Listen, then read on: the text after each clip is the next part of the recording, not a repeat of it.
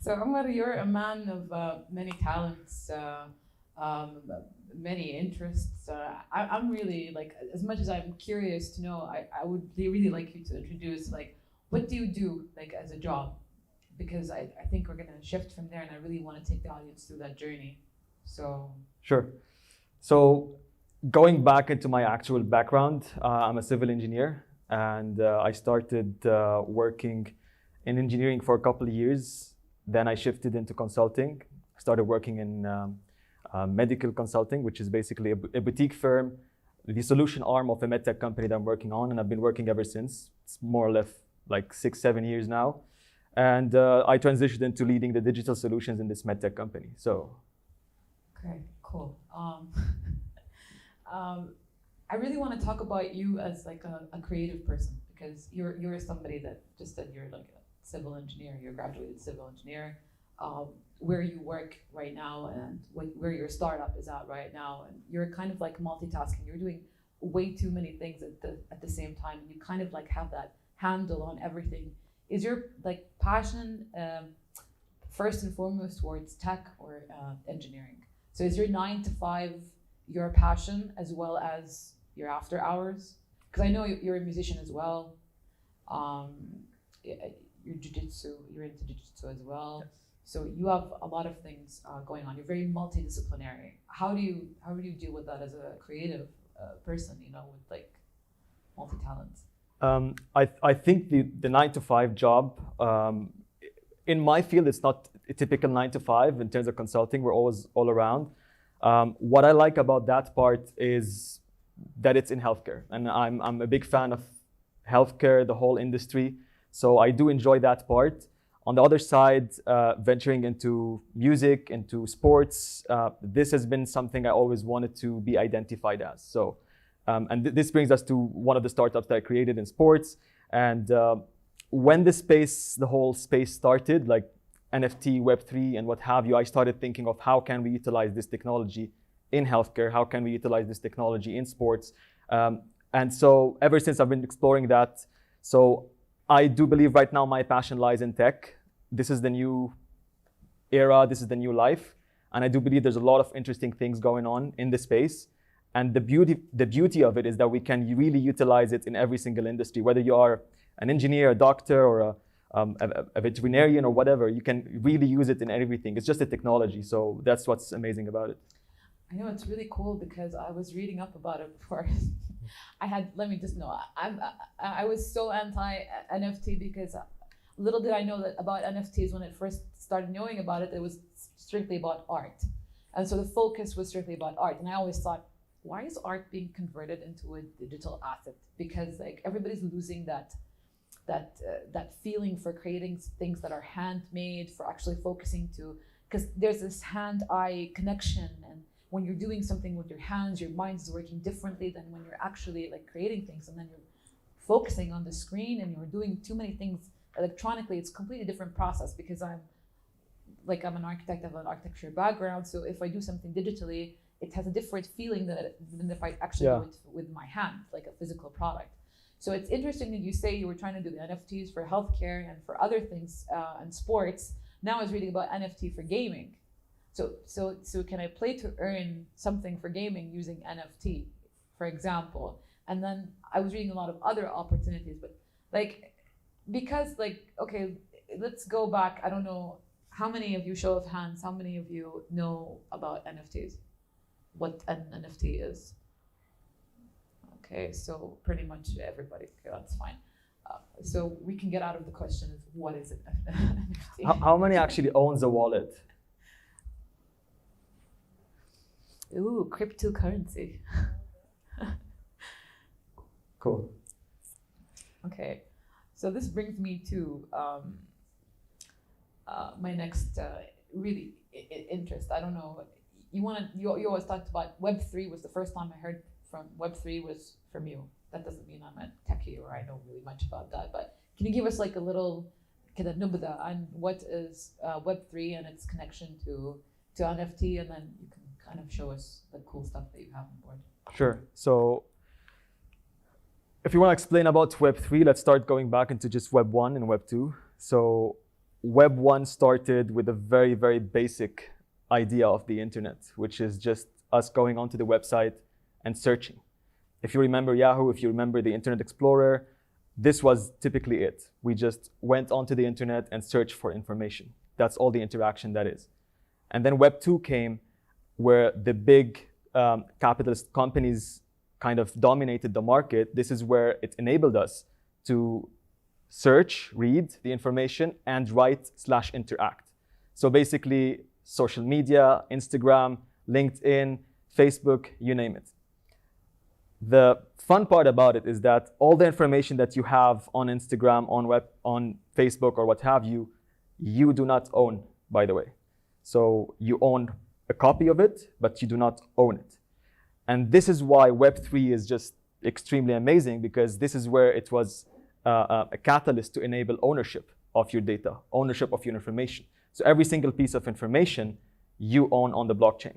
And we'll talk about blockchain later on. But basically, Web3 enables you to really hold ownership of the data that you share. And this is the most amazing part of Web3. It's secure, it's safe, and it really enables this individuality. Okay. Unlock new opportunities. So I don't know where I'm gonna start, because we already talked about a few things. I'll just jump into Web3 and then I'll talk about XGUARD, if that's okay. So yeah, this is basically what I was talking about. So Web 1 is a read-only static kind of information, and it was just a search kind of feature. And then Web 2 came in, where we can read and write and interact. And then Web 3 came, where the blockchain enabled every single thing related to ownership, verification, authenticity, and what have you. So this is as simple as what Web 3 is, if anyone asked you. And should I talk about that now? Yeah?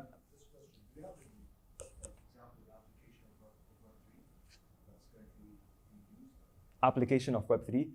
Any single technology that is used on the blockchain is called Web3. So it's not an application. It's basically the technology itself. So any website that you connect on using your wallet is Web3, to start from there. Where I sign in, like there's no longer the concept of signing in with your Google account. This is Web 2. Web 3 is basically signing in using your wallet. This is if you were to access a website or the web.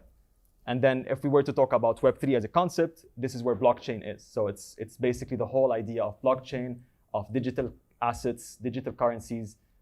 It's a whole big world as a word, as Web 3. So NFT is an example of Web 3. It's a feature of Web 3. Feature.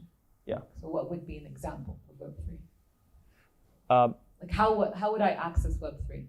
You can put it as an example of Web3. Yeah. You can say that an NFT is an example of what a Web3 could consist of. Okay.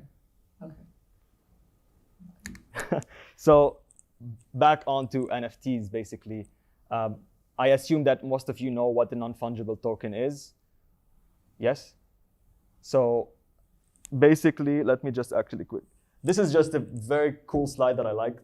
I call it the NFT quadrant, and it just gives us an example of the different assets between fungible, non-fungible, tangible, intangible. So you pretty much know what a fungible token is, which is an intangible digital currency. So Bitcoin is fungible, but yet it's digital, so it's intangible. So this is where we see Bitcoin, Ethereum, any kind of digital currency is considered as fungible, intangible. And then what is a fungible, tangible asset? It's just a dollar bill.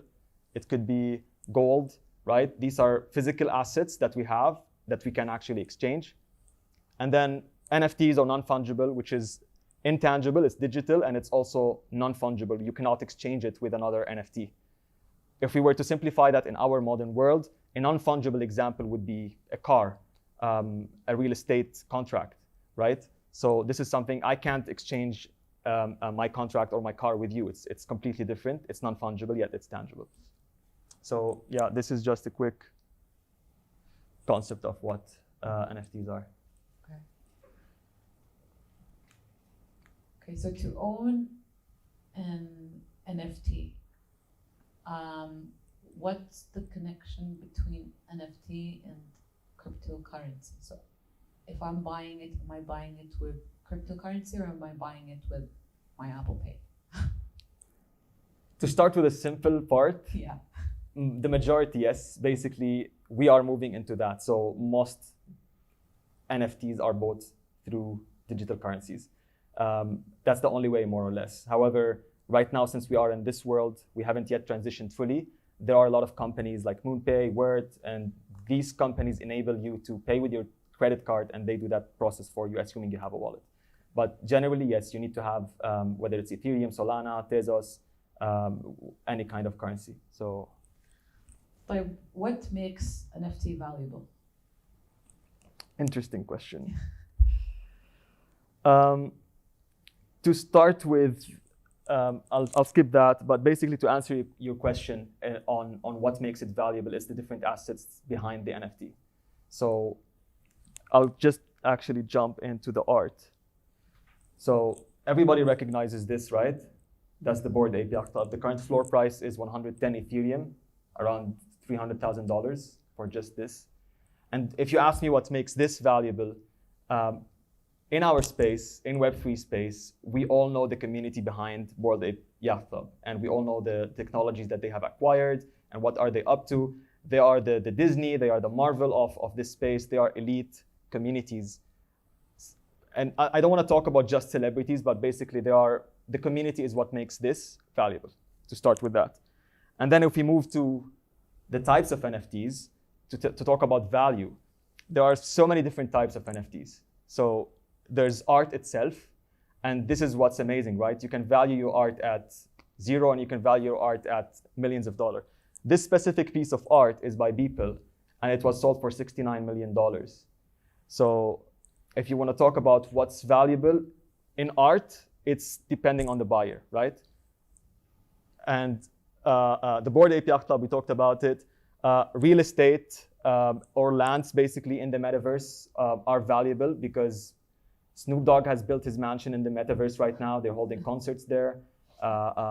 Nike, JP Morgan has opened their bank in the metaverse right now. Samsung have opened a store in the metaverse. Chipotle have opened a restaurant, and they're holding parties in the metaverse. So it's all for the best example of the metaverse and lands is Fortnite. This is where it all started. This is to me the best example. Whoever is a gamer. So you go in, you build your land, and so it's pretty much it. The Weeknd, Nas, I'm trying to remember, Snoop Dogg, they released music as NFTs, and the value behind it is the royalty.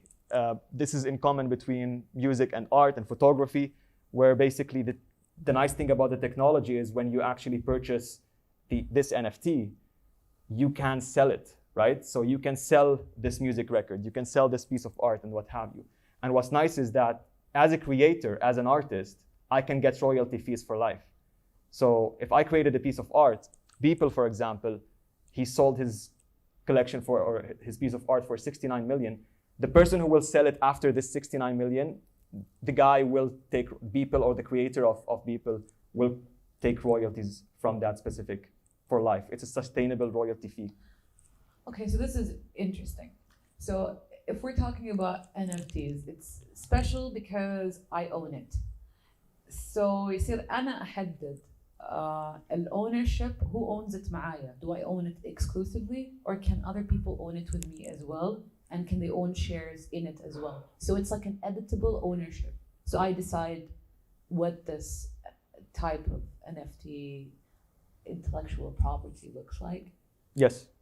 So some artists would say, and would declare actually, that once they produce their art, we are giving, this is what Bored Ape recently did with their CryptoPunks. So what they did is they said whoever is owning that own the IP rights for it. So I can put this ape on my clothing brand. I can put this ape on apples and sell them. So I have the freedom in terms of IP to do whatever I want. Some other artists would say no, like you just sell that as a piece of art, but we retain the IP address or the IP properties for it. So it depends on the artist. You can do literally whatever you want. So if I were to create an NFT, and then I would decide if I want to give certain people rights to own it or share the ownership with me, and then if this is sold, I can give. So where can I see this information? Is it information that's available, like get info on the image and kind of just like see who owns it, what's going on with it, etc., or is it just if you know, you know? No, actually, if you're a designer, if you are the creator, you set the rules, and the way you set the rules is for yourself. You set them on the smart contract, and for the people buying, you should just declare that and write it on your website, on your collection, or what have you. So. Okay, now you brought up this smart contract. Tell us more about that. The smart contract, it's basically your contract designing whatever you want in terms of rules for your NFT to function, whether it's a collection of art, whether it's a game, whether it's, so you design the royalty fees, you design the shareholding, the splitter, you design whether this collection is replicas or one of one, whether this, basically this is where you code every single piece of information that you cannot undo, depending of course on the platform that you're using. But basically you set the rules ahead of time, and then it is an autonomous process that is moving forward with you. Can you give me an example? Yes, so for example, if we were to talk about as simple as real estate, right? And recently we've seen that I've got an ad actually for a company buying the way you can buy houses using Bitcoin in UAE, but that's not an NFT. But in case we want to NFT that, right? And I want to set rules that I have a house, I own a house, okay, and I want to rent it out or I want to sell it, right? And you purchase that house from me. In the smart contract, I can design that Ilham can actually lease that house. And the leasing fees are royalties that I get, for example. Or when you sell that, 10% of the sales will go back to me. This is as simple as just, let's stick to that part. This is something I design in the smart contract. Okay. Yeah. So I make my own terms, and Correct. There's no like rules or legality for it. No, even if you want to own that house, you, myself, Yasmin, everybody over here, I can do that. Okay, so how is that intellectual property protected? Like, how is my investment protected? Because if I'm doing an NFT, I'm definitely investing in something, whether it has a small value now, maybe it'll have a larger value later. But how is that protected? How am I protecting this item intellectually speaking? Yeah, so who says it's protected? So when you sell your art, if you are declaring that you are giving away the IP, then problem is solved. If not, there are two things. And by the way, since we are very, very, very, very early on, regulations are still being put in place. So if I don't have the answers, that's extremely normal. Just because that, so recently there has been an establishment called VARA, the Virtual Assets Regulation Authority. It's an establishment in UAE, and it has just been created. They didn't even put the policies yet in terms of how you want to regulate digital assets. So all these questions in terms of IPs are still something being discussed, even with DAOs or decentralized autonomous organizations. So all the rules are being set right now. So if you want to protect yourself, you might as well back it up with the traditional Web2, the way we do it, just patent your work, or just release your art without your IP. So is this, why am I asking these questions? Because I'm thinking like, all this seems really cool and interesting, and some of it kind of ridiculous. But in terms of, you know, partying in the metaverse, I feel like I have 7 slides on partying in the metaverse. Please, but I really want to hear more about that. But I'm just thinking like this metaverse thing reminds me of Loki. I don't know, are you like a Marvel Universe fan? Have you seen the Loki series? You talk a lot about the metaverse and where we are now and who changed what when. And I thought that was really interesting. But now people are actually taking it seriously and calling it a metaverse. So it's just really, I don't know if to take it seriously. But I think it's really just like anything that has just been invented. When they created the internet, people were freaking out, and we're doing just fine. And when they created, I don't know, cars probably, or planes, or every single new creation causes panic mode. And everything has like a silver lining depending on how you use it, right? Like when the TNT was invented, it was invented for mining, right? And then people started using it in wars. So it depends on you as a human being how you plan to use this technology. So NFTs are not risk-free.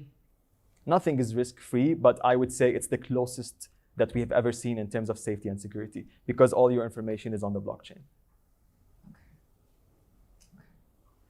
Carry on. Speaking of silly, actually, so just this is a fashion show in the metaverse, and basically the wardrobe are NFTs. So whoever is a fashion designer or artist or what have you, designing clothes, abayas, or what, because I've seen NFT abaya drop just 2 weeks ago. Basically, they done the catwalk or the show, yeah? They've done it in the metaverse, and all people just came in and watched that. So there's a link published somewhere to like, you'll find the fashion show. what is it called? Decentraland. Decentraland? Wow. It's a metaverse. Okay, I don't know. Should I tread carefully? Should we get on that? Maybe we should get on that. But like, again, things of value are also collectibles, right? Like kids probably collect, I don't know, Pokemon cards and all these kind of, physical cards. And right now you can own them as digital assets. So are those the FIFA 22 cards that everyone's been playing with online? The collectible digital cards? Yes, and also like there's a company called Top Shot. They just released all the amazing moments from NBA and the sports, and it has been selling. I forgot the number exactly, but it did hit more than 50-something million in a couple days. So it's honestly it's just fascinating how much this is moving fast. Yet we're still very early on.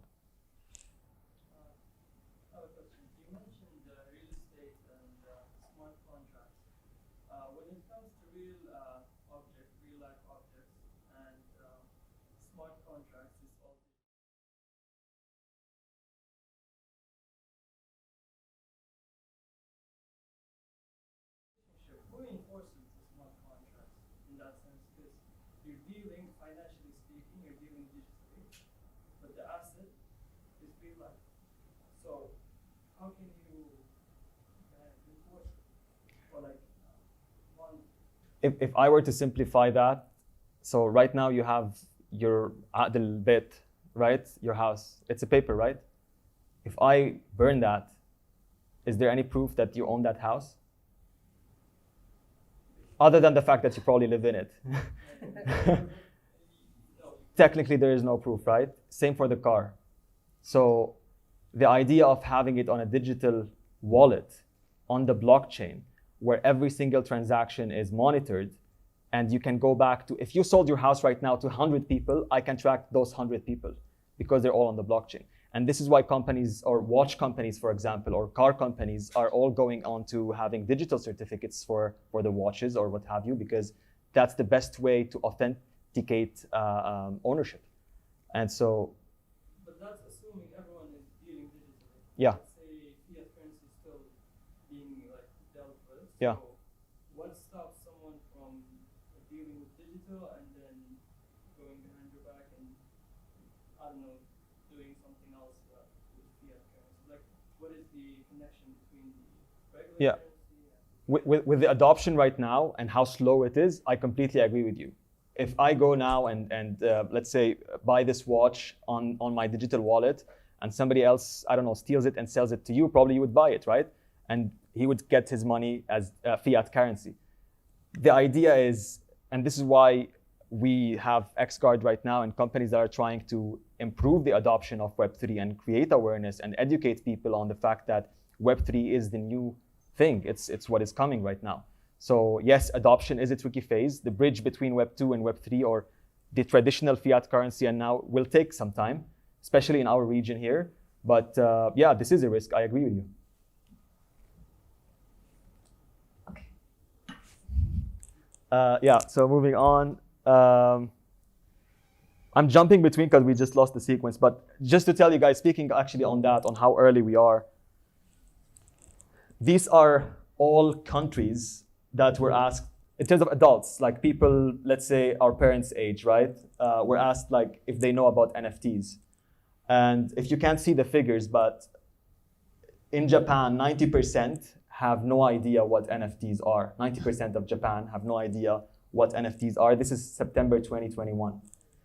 UAE, we're at 57%, which is pretty much good, right? Like there is some adoption in there. United Kingdom, 78, Germany, 80. All these are very, very high percentages. People still have no idea what NFT technology is. So think about it as the internet in 1991. Like people mocked Bill Gates and others on TV just because they were talking about the internet. So if we were to talk about a new technology, we have to be patient about its adoption as well. So, you got the number for Saudi Arabia? Not yet, because we're very, very early on. But hopefully, after this, we'll have at least 1% guaranteed. After that, probably 1% will be guaranteed. And I don't want to bore you with like figures, but if you look at that in terms of respondents, in terms of who collects NFTs, all adults came at 33% for men and 10% for women. If you go all the way to the millennial part, which is, I think, more or less inclusive of us, this is where the adoption is. It's with young people. And if you're asking about Saudi Arabia has the youngest generation, I think, in terms of the region, right? So you guys are over here. And in terms of adoption, probably you will be proactive to catch up. So this is just to let you know that it's extremely early on. Less than 4% of the entire globe knows what or owns an NFT. Less than 4%, guys. Yeah, so questions? Yes, please. Sorry.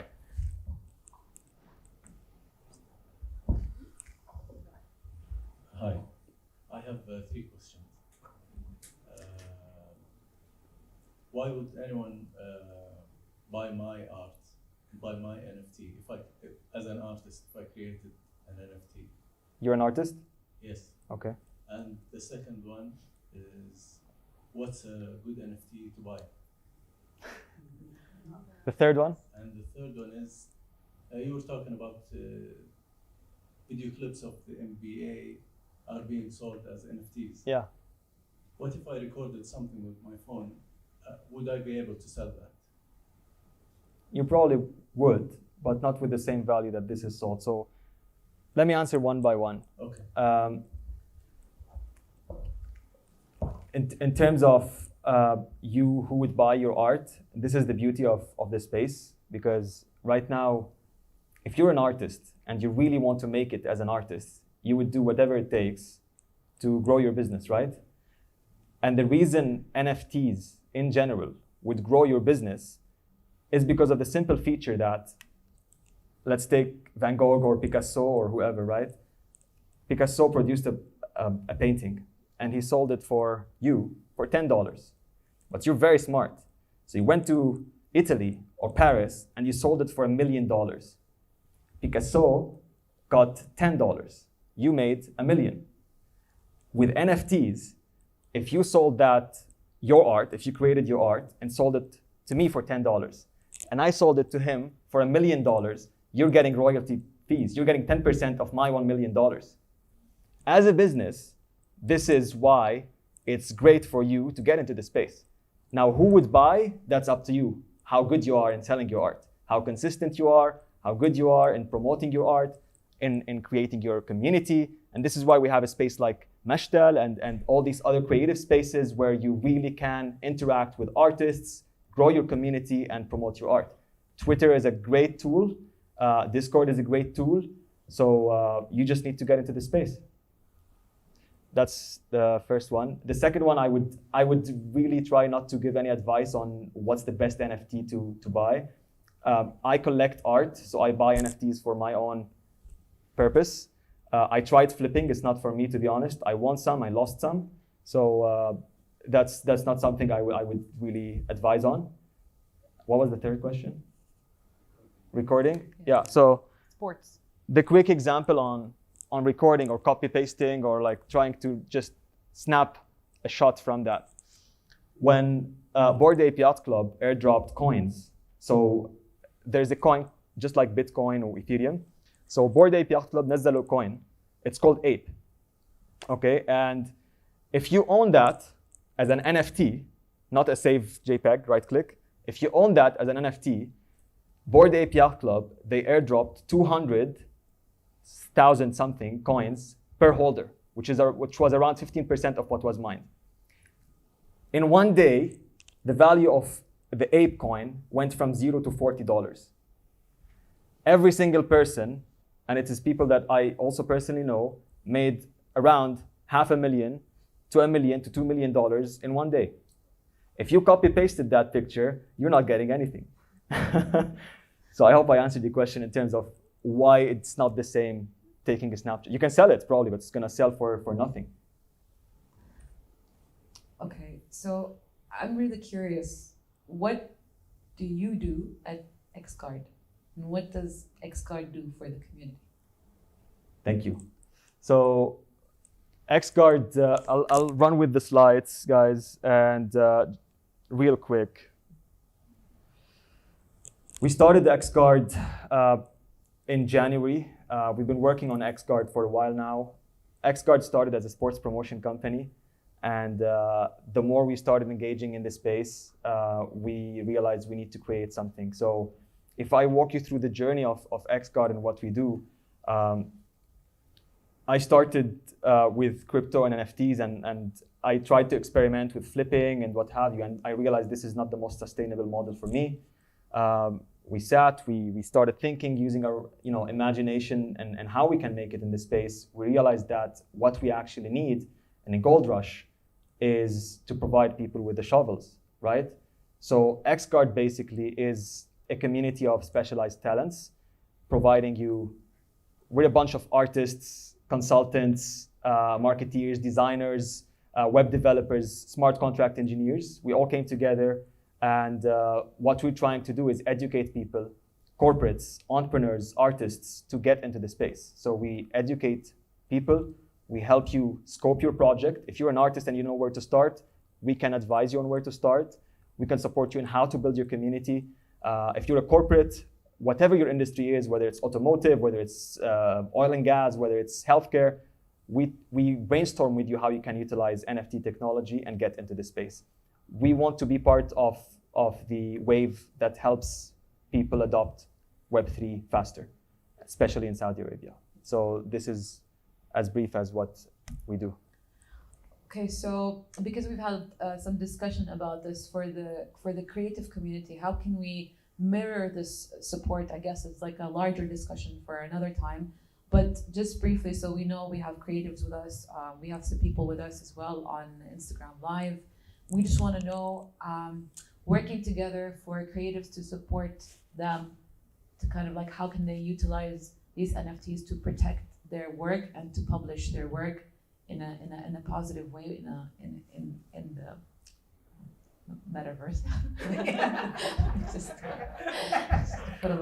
I definitely want to jump into the metaverse, which is honestly really exciting. And by the way, we've just been in a meeting today. We're talking about education in the metaverse and hosting courses in the metaverse. But the idea is, what we want to do is first educate, because if you're not well aware of what's happening, you can either, lose value of your art, lose your money. You can fall into a lot of risks, right? So we really want to work on educating the artists, the creatives. And the second part is whether you need to understand the tools, whether you need to understand, should I mint it on OpenSea or should I just get someone to do it for me? Whether it's a community building or what have you. What we're trying to do, and hopefully with you guys, is work together on being this space that will host you to understand, to learn. Anytime you want to create a project, we will be this, welcoming arm to try to support you. And so we're really hoping that we see more traction of artists coming into the space, because there's a huge value from NFTs in your domain. And this is why the title was revolutionizing your careers, because it really is about that. If you're just a normal artist selling your art on Instagram or on Twitter or what have you, and just doing commissions, it's nothing close to, let me just give you an example of the different kinds of art that we saw in our region, some examples that we have, regardless your industry. So, regardless your industry, guys, this is how you can make it in the space. Beehive is a project that is up and coming right now. It's based in Lebanon, and they're also a creative space. They're a coffee shop, and they already have their community. So it's like a workspace. People come and study and work and do meetings, and they're now launching their own NFT collection. And what this NFT collection will give them, or will give the holders, is whether it's free coffee, whether it's free space using the space, education courses in the space, meeting with people like us who educate them on the space, because we're potentially signing a collaboration with them. It's basically a very creative idea, a coffee shop that turned into an NFT, got into the space. Walid Shah, I don't know if anyone knows this guy. He's based in Abu Dhabi. This guy is a photographer, and the way he made his business, so he was already a very well-known photographer for very famous brands. And he released an NFT collection where he said, if I take a picture of you, I will mint that picture as an NFT, okay? And the moment I mint that, you're getting 50% of the royalties. What does that mean? If Yasmin comes to work with me as a photographer and she wants to say, okay, Omar, I want to take pictures with you. We need to work together. The way she will pay me is buying this NFT of Ilham, right? That's how she's paying me. She's buying my work, she's buying my NFTs, right? But at the same time, she's buying this specific person's NFT. Ilham is making money, I am making money, and she is owning an NFT which can sell later to also make money. So the idea here is this guy created this nice concept where everybody's really winning here. And this is how he's creating loyalty and community. Web3 is all about community. And this is the tricky part. There is no room for posers, no room for fake people, no room for influencers. I'll pay just 100,000 and yalla, super views. So I thought this was a very cool concept from a photographer, very innovative, and this guy is in our region. I think it is very inspiring. And going back to play to earn or move to earn, there's an app called Just Move where they pay you just to move. So, so basically, yeah, you can earn cryptos, the coin for this app, and exchange them with Bitcoin. The more you move, basically. Where do I sign up? I'll send you the link. There are the links here, actually. I'll share that with you. You can. I think you're moving within the physical space. Okay, so I just want to take some questions from anyone on IG Live, if they have any questions. Nobody has any questions? Okay, you have questions. Okay, I just want to get this out of my head. I don't know if it's the elephant in the room or not, but how can you prove that this is not money laundering? I know that's like a very basic stereotype, but that's anything new, or not necessarily anything new, anything where there's like huge amounts of money, like regular art, or even selling camels over here for millions of reals and stuff. That's what the stereotype goes towards. So how can you, or how can I learn from you and then disprove that to others? My genuine answer is you can't, man. Like any other industry. No, this is honestly, this is one of just like we thought of pharmacies are the biggest way to money launder, as you mentioned, camels or other industries. If you want to go into this dark space, you can easily with crypto. And this is why we're having, you are able to. So the idea is. But you should not. You should not. The idea is, yeah, you should not probably. Definitely not financial advice, guys. No, but Omar is telling you what not to do. What not to do. Okay. But yeah, there's nothing stopping you from doing that. All this big amounts of cash. Yeah. Maybe one more question is, what is the biggest stereotypical question or biggest frequently asked questions that you always get about NFT, like the biggest out of everything, that's always on everyone's mind? It's other than which one should I buy? I think it's just it's not a question, it's a statement of disbelief. Like people still think it's a fad technology, and it really makes me giggle or laugh. Will it make art cease to exist? Of course Physical not. Art? Of course not. No. Of course so this not. is not a replacement. At all. I think it's very complementary. So it's just an expensive way to buy things now. If you want. Yeah, we also have another question on ID.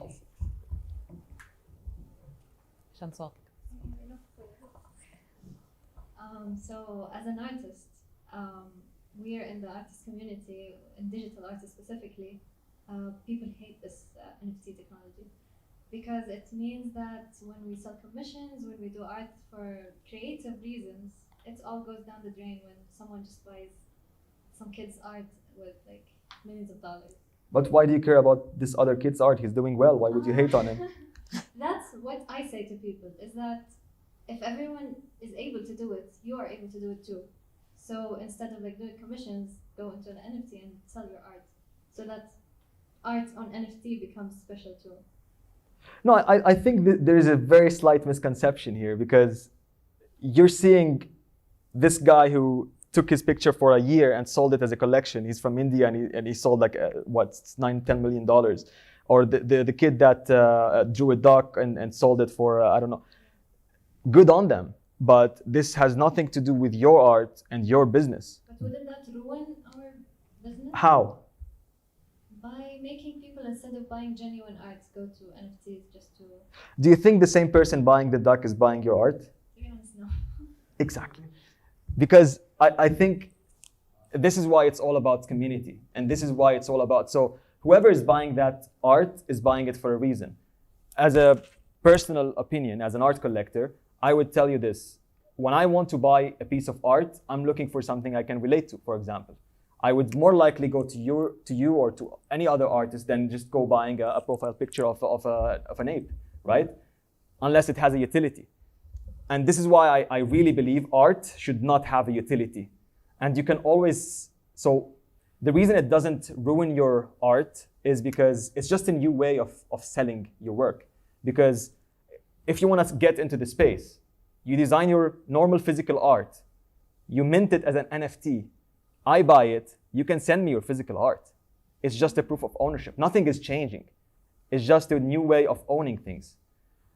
Plus the fact that if I sold that again, you're getting more money. You're getting royalty fees. And is that always the case? Yes. By design, you can put it at 0%. So it's gonna go on forever. The more people sell it, I'm always gonna get a percentage. Absolutely. Yeah, as long as people are selling it, actually. I have another question. About selling it, is it better to do betting or set a set price? If you know your crowd, if you're so confident that people will bid on it. I mean, it's really up to your community, but if you're a beginner, definitely I would say promote your art, be consistent, like do it daily. And this is what we talk about in all the Twitter spaces when they shill their art. Shill in Web3 is basically promote. So when I say shill your art, it means promote your art. And basically, it's up to you, really. I would say probably go for selling your art first, putting on a price that you really want so that you understand your value in the market, and then you can start bidding.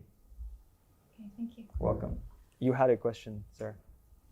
Is it true that once the space gets regulated and legalized around the world, all the like drug money laundering, as you said, would cause the whole cryptocurrencies to drop? And if that's true, then why not wait till that happens, then invest? You can wait till that happens and then invest. Risk takers or degens like myself do not. And I know there's a lot of people like that. Definitely the market will witness a correction after regulations, just like any other process flow, right? Whenever you regulate things, it will have a correction, things will go down. 90% of these projects will go to zero because people now are just hyped up selling pictures of monkeys and pigs and what have you. So if you want to wait, absolutely, yeah, do that. Play it safe. I have a question for regulation. Isn't the whole point about that it's managed by the blockchain itself? So the idea of regulation would, let's say, be against the blockchain itself. So how would people regulate these things? I kind of agree with you. However, you can't not regulate it because it's not La La Land that we live in. We have China, US, Russia, big companies that own Web 2. And now that Web 3 is coming and digital currencies are coming, they can't just watch it go there, right? And they have to regulate it. Plus, you need regulation because of all these abnormal activities that are happening right now. So, and this is where the debate of centralization and decentralization comes, but this is another topic. But I think you have to start with some element of regulation to move into a proper autonomous, decentralized digital world. It would be in the same blockchains that currently. You might see a lot of blockchains evolving currently. Definitely blockchains like Ethereum or Solana or what have you, they are here to stay, in my opinion, due to their scalability and what have you. But yeah, you might see blockchains fade away, and we've seen that, and you might see blockchains and new ones evolve. Thank you. I have a question. Sorry, there's a question on IG. We just don't want to miss it. What's the question? We have two questions. Yeah. With the first one, can I transfer NFT art that's digital to a physical piece?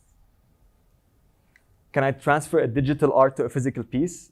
So basically, you can print it with the barcode with it, and this is why there's a lot of companies right now just producing this NFT frames, like a company called NFT Physical, where they actually produce your NFT as a physical frame, assuming it doesn't come with an actual physical utility or physical object or product. Yeah, of course. I have a follow-up to that question. Even if it comes into the physical realm, do you still get the royalties? Does the value, does it increase or decrease if it's moved from digital to physical? Yeah, so if you think about it, it's like I have a picture of me on the phone, and then the moment that I want to print it out, I still have it on my phone. And this is exactly what the blockchain idea is. So as long as you have it in your wallet, whether you tile the whole place with your pictures, it doesn't matter, you still own it on the blockchain. And whether the whole pictures, all of the pictures go down or go damaged, you still have it on the blockchain. The blockchain is here to they're there. Nothing can remove it unless you sell it or burn it in some mechanism. And then we had one more question. Can I connect the metaverse space with the real physical tangible world or what? Can I what, sorry? Can I connect the metaverse space with the real Space? physical tangible world? Space. Can I connect the metaverse space with the real world? With the real physical tangible world or product? Yeah, two things that come to mind, and that's on top of my head is one, which is augmented reality. This is basically it, right? And I think I have that here somewhere. These are all the metaverse stuff that I wanted to show you. But basically, this is Snapchat with Prada, basically, where you can actually try out your clothes on the screen or on the camera, just like filters. This is called augmented reality, and or like Gucci, for example, where you can actually check on your shoes, try shoes in the like virtual world, but you can actually see it, where you can see, experiment. This is what we call like the whole immersive technology of the metaverse allows you to do, specifically in the augmented reality part of things. So yeah, you can. I have a question. Yeah, go ahead. I'm wondering about songs and music. How does it work? Like how the Weeknd made it? Is it a replacement of the record label or? Yes, and this is what's nice about the space. It removes the third party, and this is why Kanye West broke his deal with Apple. This is why Weeknd right now is working in NFTs. Nas, what's his name? Snoop Dogg. Snoop Dogg actually he bought Death Row and put it in the put the whole label in the metaverse, and he's hosting artists there. So basically, what you can do is what Weeknd did and others.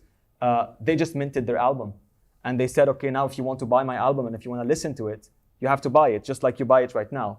But the difference is you're buying it as an NFT, and what that means is that you listen to it, you're sick of it, you can sell it. And Only me. Only me. Yes, only you. The one that you own, but he produced, I think, 1,000 million or whatever copies. So whenever these, whoever are these owners, they can sell this album. And what Nas did is he shared the royalties with you. So what you can, when you bought a Nas album, for example, and you sold it, you made money and you make royalties of every single sale that the specific album you bought is being sold. So, but again, I mean, it's the perfect model for them because they already have their community. I have a question. So it seems to me that NFTs appeal to more like a niche or people who are into like cryptocurrency, like a certain generation. And I wonder, is there a gap where more traditional generation, let's say like a lot of people in corporate are more traditional thinking, or they're like seniors, and to expand like NFTs or create investment or something, you have to convince them. And do you feel like there's this generation gap that it's not still mainstream yet? It's just like Absolutely, and this is what we're trying to do, is bridge that gap. And I think the most common thing that we've heard recently is connect with the young people, because as you show from the stats, like we are the new generation. This is why the accumulation of wealth has been shifting one generation at a time. Ages ago, billionaires and millionaires were at, 80 years old, 70 years old. And the more we have advanced in this space, you can see 20-year-old millionaires right now. You can see 20-year-old billionaires now. Why? Because of that. And so the whole accumulation of wealth is changing. The whole world is changing.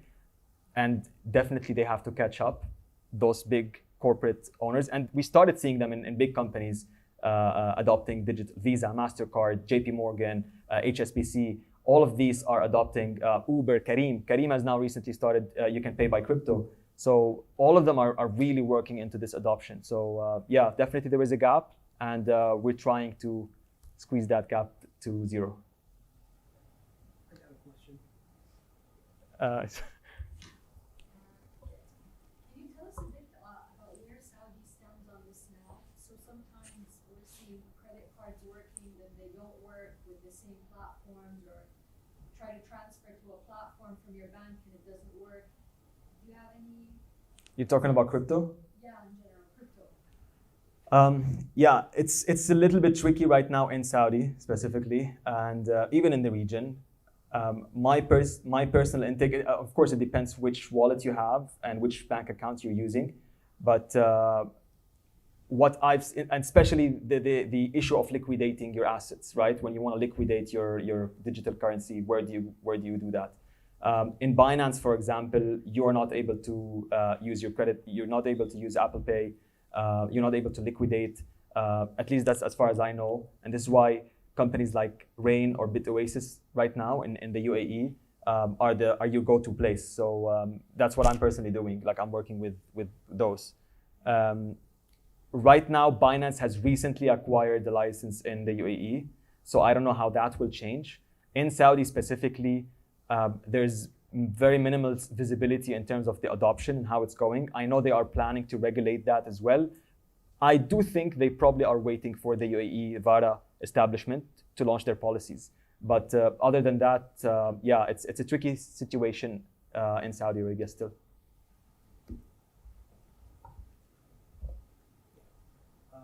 There was another thing that came up to mind when you were explaining to the gentleman over here about the song, and then you own it and then you sell it. Started getting flashbacks of QNet. I don't know if you remember that thing where you convince certain people to join, and then you have like people under you, and then when those people sell things. Pyramid scheme? Pyramid scheme. Yeah. Is there something where you could separate this from that? Because it sounds a little bit too good to be true, where it's like, I'll just buy this, and I'll buy a bunch, and then I'll sell them, and then I'll just sit back and just make money because people are going to keep selling it after. Is it kind of like that, or? I would not want to say that it is like that. It has definitely a lot of similarities, and again, it depends the context that you're working with. Because if I want to look at it from a positive point of view, I would say that it really takes a one-on-one interaction, a community building, a proper community building, me convincing you to work with me or to purchase my art, and then going back to all the room and saying, guys, this is my project, what I'm trying to do. So that's kind of going one by one and trying to tell them, this is the model, and still telling you that there's a win-win situation, because if you buy my art, you can still sell it on later. The tricky part about NFTs, and this is why we all FOMO'd, and I personally lost on a lot of flipping NFTs is because you FOMO in, you purchase, and then you think, so it's not like crypto, right? You're not selling to an order book. It's not like when you click sell, it's sold. NFTs need a buyer. So if you really do not get a buyer, you're screwed. So I wouldn't say it's a pyramid scheme, because a pyramid scheme has a very negative connotation to it. And I think what we're trying to do in this space is very, very positive. So probably a very similar model, but it's not a pyramid scheme at all. I think what's cool about the music album feature is, and the smart contract, is that I can choose the option to give a percentage of a sale. Like if I were to make a music album now, and then I would say I want to give Al-Mashhad this much percent with me for this. So then you would buy it, and then someone else would buy it from you. Someone else, you would automatically, when you buy it, you would own shares. So I would highlight that I would give you 2%. I would give you 1%. So you would sell to someone else. So the more people own, the more people will buy, the more value will increase. وأنا أحدد النسبة. صح يا عمر? Yeah. So أنا أحدد النسبة. You select the percentage. So I can design my contract however I want to. I can do whatever I want in my contract, and I can decide what is the percentage, and there's no regulating entity that can stop me from doing that. And that's, I think, why it's like شوية, not rogue, but like really cool, because it's like Web3, but it's Web free. I'm free. I completely agree with you. I completely agree with you. I think you're kind of converting me. I don't know if I'm happy about that or not. I think I'll see the results. Yes, of course. Yeah. Any other questions? Anything else? Yes, please. Okay. So as an artist, if I want to create an NFT, can I do it on my own, or would it be smarter if I join an existing group and then create designs for them, and then once they're sold, I get a percentage? No, of course, it's better if you do it on your own. Yeah, but is it easy? Yes, it is very easy. We can teach you how. And that's our plan. Yeah. I feel like we've been talking about this for a while. Like, oh, let's do NFTs. No, there's always this thing like, is it easy? Is it not? Hit send it and you just do it. The scary part is because it's new, and by the way, guys, the whole technology infrastructure will change. Right now, it's very complicated. You need to transfer crypto onto your wallet, and then you need to go mint on that page and this and that. I can assure you, at least this is my intake from what I've read, the whole concept will be way easier. Right now, it's like calling on the phone with the wired cord, the cord phone, and then we transition to cordless. It's the same. Right now, it's a very primitive way of minting. It will get simplified even more. But as far as I'm concerned right now, if you're interested in getting into the space and minting your own NFT collection or project or what have you, it's very easy. You can do it on your own. And yeah, we can definitely support you in paving the way for you. Considering I don't have a wallet. We will set up a wallet for you.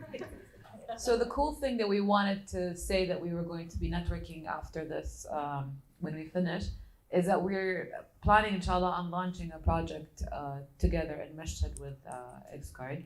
And we wanted to talk about the future of NFT, education, awareness, for creatives, for people who already know, for people who don't know, how to move forward, how to register, how to build, how just be aware and to know, just like answer all the questions that you just had.